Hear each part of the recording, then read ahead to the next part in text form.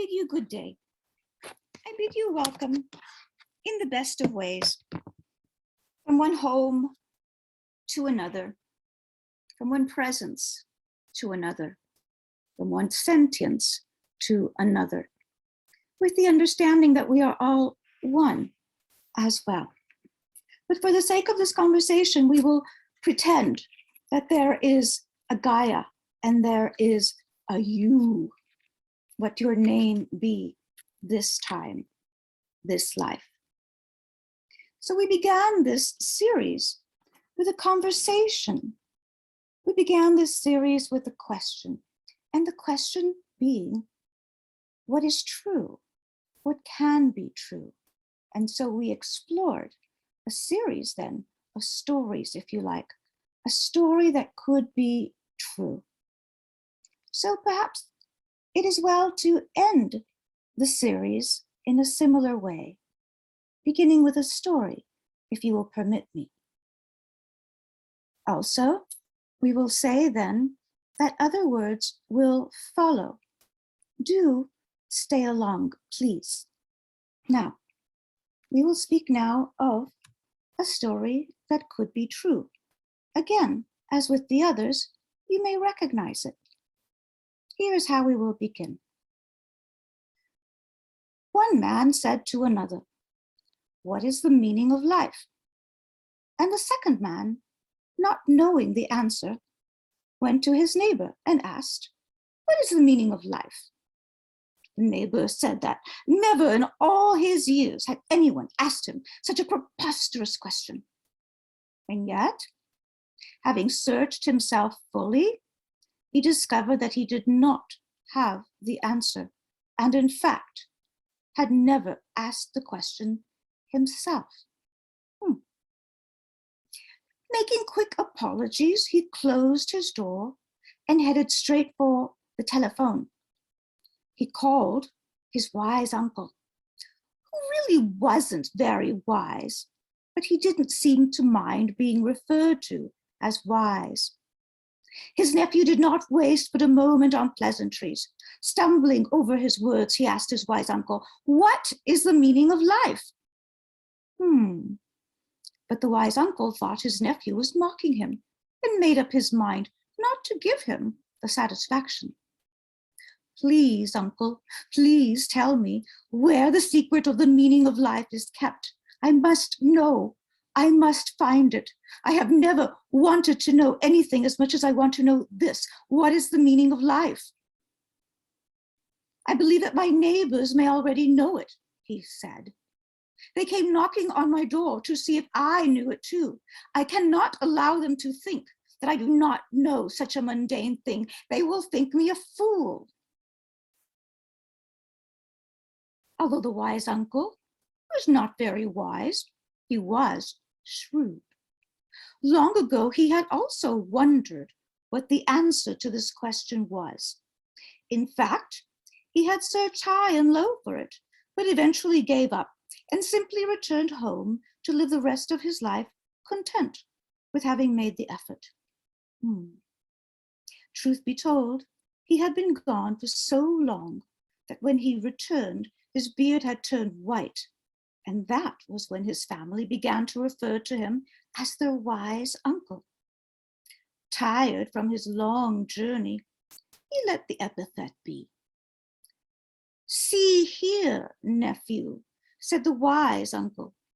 "The meaning of life is somewhat of a secret. It is not given that all should know it.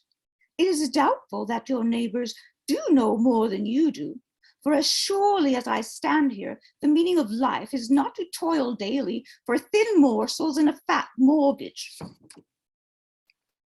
The secret can be found, but seeking it will imperil your life. If you do not find it, you will not know how or when to turn back. You must make yourself indispensable to both earth and heaven. You must behave as if the meaning of life has been entrusted to you alone. You must live your life to the fullest, staying one step ahead of even the angels who would whisper in your ear to turn back. Beautiful as they are, they will slow your progress and perchance prevent you from discovering this secret. You must search every corner of the earth. You must scrape the skies and pray the heavens will reveal it to you. I, myself, was unsuccessful, but perhaps your journey will be both swift and far. You may succeed where I did not. The nephew packed his bags and left that very night. He traveled everywhere, searching for the secret to the meaning of life. He sailed all the seas and crossed the deserts too. He climbed the highest peaks and plumbed the depths of the oceans. He followed the currents of air and listened for echoes at the entrance to caves. His travels took him to remote places where needs be that he cooked for himself and learned to pronounce words in several languages. He learned how to build shelters in a variety of styles and with materials that were strange to him. His body became sinewy and toned, and he rested when the quiet of a star-filled sky invited him to do so. He warmed himself by a campfire instead of an internally heated home. Here and there, he met other seekers, and to his surprise, they were not all seeking the meaning of life as he was. Some were seeking peace, and upon looking, he discovered that he already had peace. Some were seeking riches and great fortunes. He considered this a worthwhile search, but with the many skills he had acquired along the way, he no longer cared for gold or other treasure. He already knew himself wealthy. What a bother, he thought. What a heavy burden to carry that would be. And having found it, then to protect it as well. No, thank you. One day, he came upon a stranger who said he had been searching for the source of true love and had not found it anywhere. The nephew shared that he had been searching for the meaning of life and had not found it either. So they traveled together for a few days, each pondering the dilemma of the other and glad not to do so alone. What if we are no more than fools for having searched in vain over so many years for something that does not wish to be found? They dared ask aloud. What if love and life have no meaning that can be known? They worried. For if there was one, surely they would have found it by now. Concern and exhaustion washed over the sad pair of travelers as they unrolled their bed sacks for the night. They lay awake long after the stars had taken their leave, but eventually fell into a deep sleep.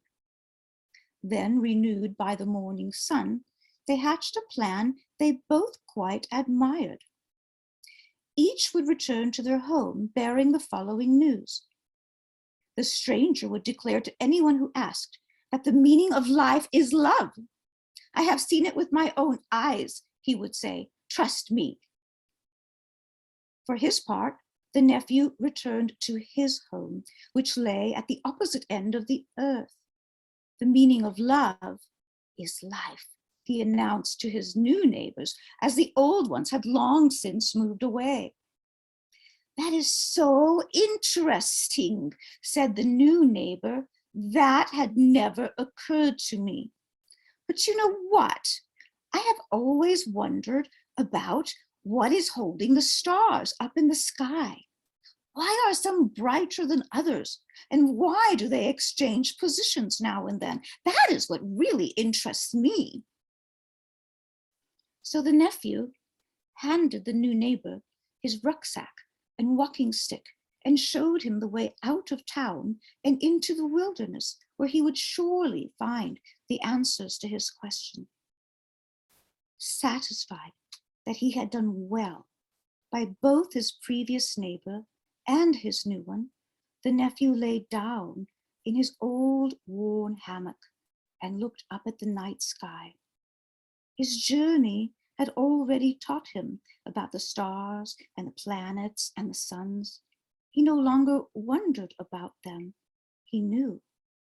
He no longer wondered about much at all. because he knew each day would reveal exactly what it wanted him to know and no more. He kept the secret to himself, mostly because no one wanted to hear it.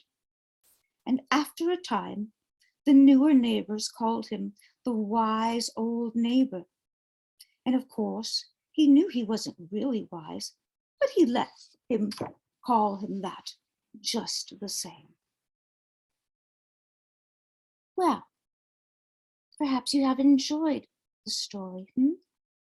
Perhaps you will find this story that could be true useful on your journey. It is hoped that you do. Another day we will speak of stories that cannot be told, and we will wonder about them and see what can be gleaned from them. But for now, I will take the liberty of offering a few more open-handed suggestions with the understanding that you need not observe them. Consider it a buffet of tips, if you like. If it fits in your rucksack, take it. If not, leave it for another. We begin this way. Do what you can to prevent your body from becoming an impediment to your research. Yes, you are here on a discovery mission that requires an appropriate vehicle.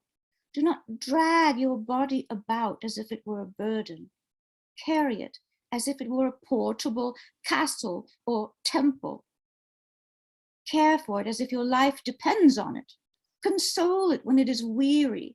Supply it with water and minerals and nourishment.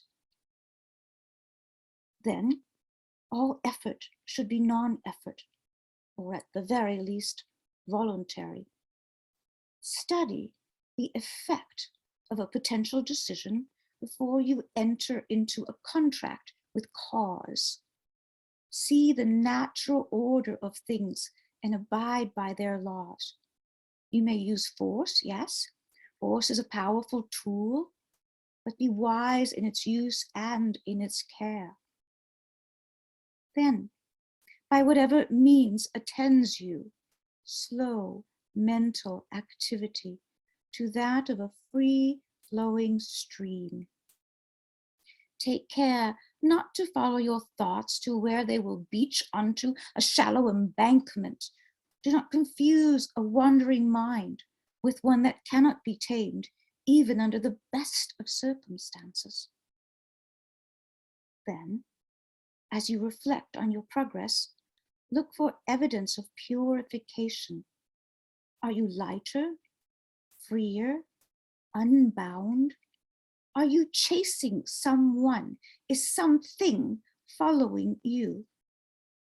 Progress is freedom. Sometimes progress looks like knowledge or accomplishment, but true purification is true freedom. Then you will encounter tangles and knots as you move within and without the worlds. Do what you can to loosen or untie them, not because you must, but because you can. If you see someone or something caught in a net, see what you can do for them. It is easy to fall into a trap. Even those that you have freed yourself from in the past will present themselves again in a new guise. Then, to the degree that you are able, curtail disturbances, both outer and inner. Disarm the stockpile of grenades that you have saved for emergencies. Do not weaponize your words so that they become word bombs. Almost everyone knows how to toss a grenade back to its owner by now, you know. Surely you would not want to blow yourself up so late in the game. Then give the mind the gift of staying in the present moment.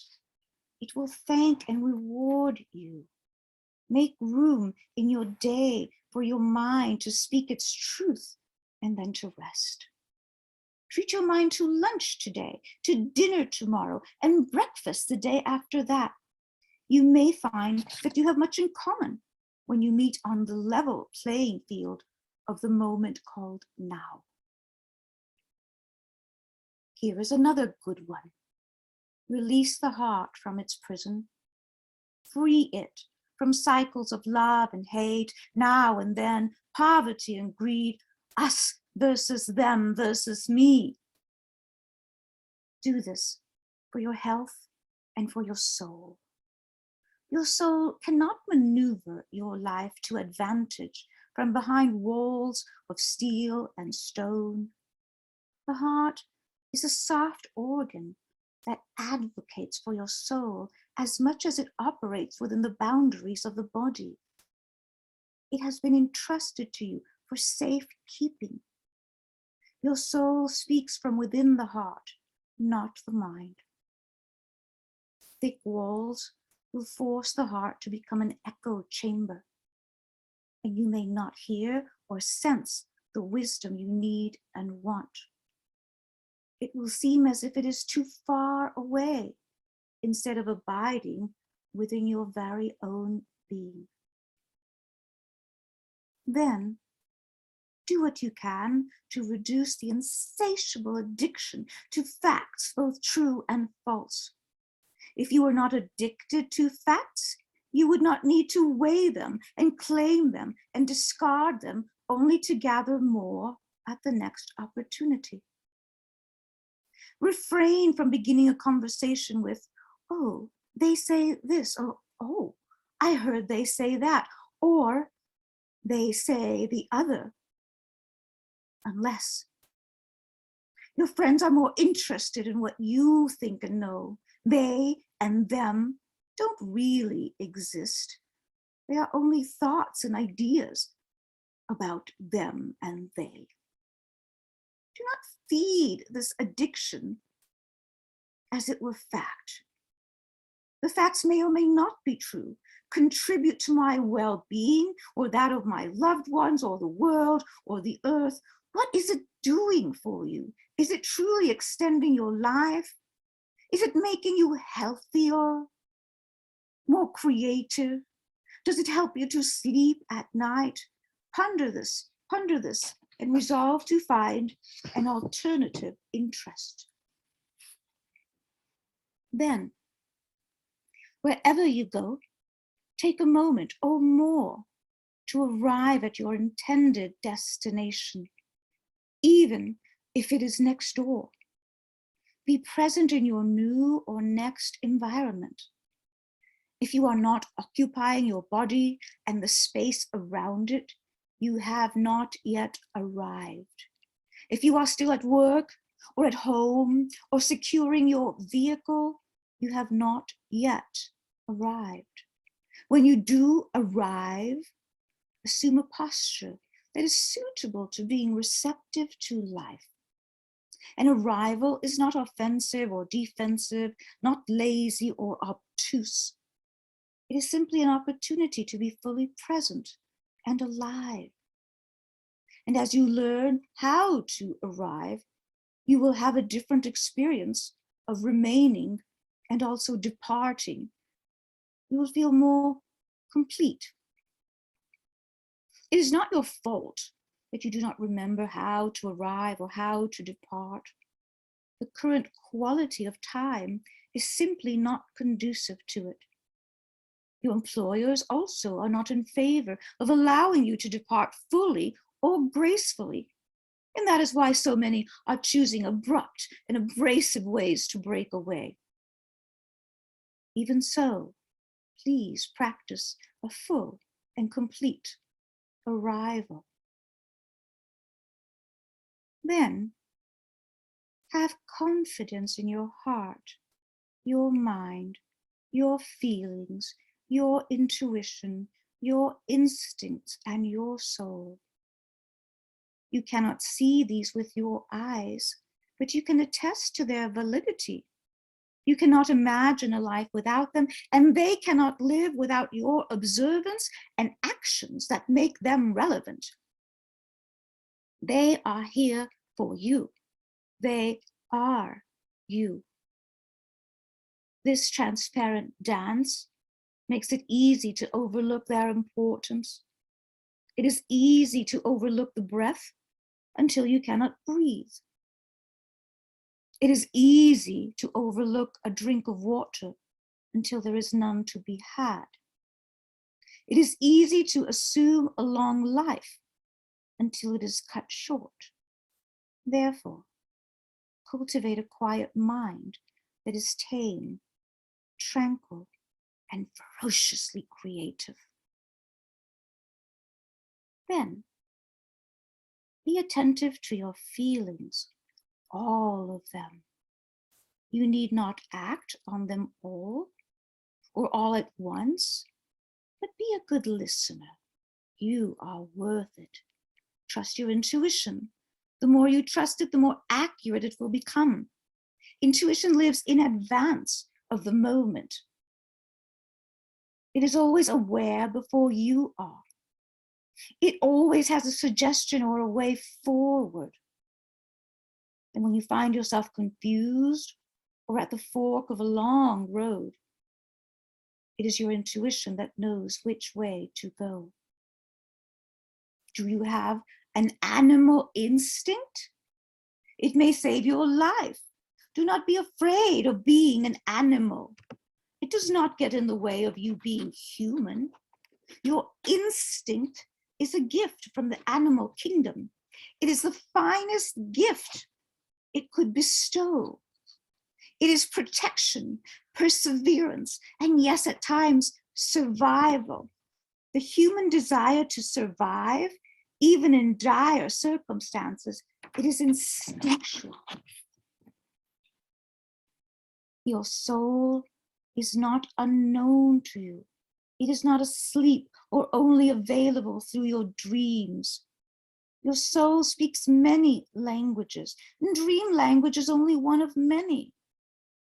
Your soul is within and without what you think of as you. It is duty, mission, destiny, and encoded light.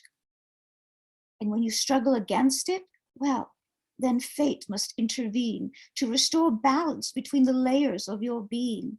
And this can add discomfort to an already confusing situation. Lastly, be true. Be true in your heart, straight as an arrow with it. Be true to something greater, even if you do not know what or where it is. Follow a truth until it becomes a greater truth. A greater truth will not shrink before your eyes. It will reveal its truth to you. A greater truth will not ask for blind faith. It will require that your eyes and heart remain open. And now with this, we will close the session. Be well, be virtuous, extend a hand when you can.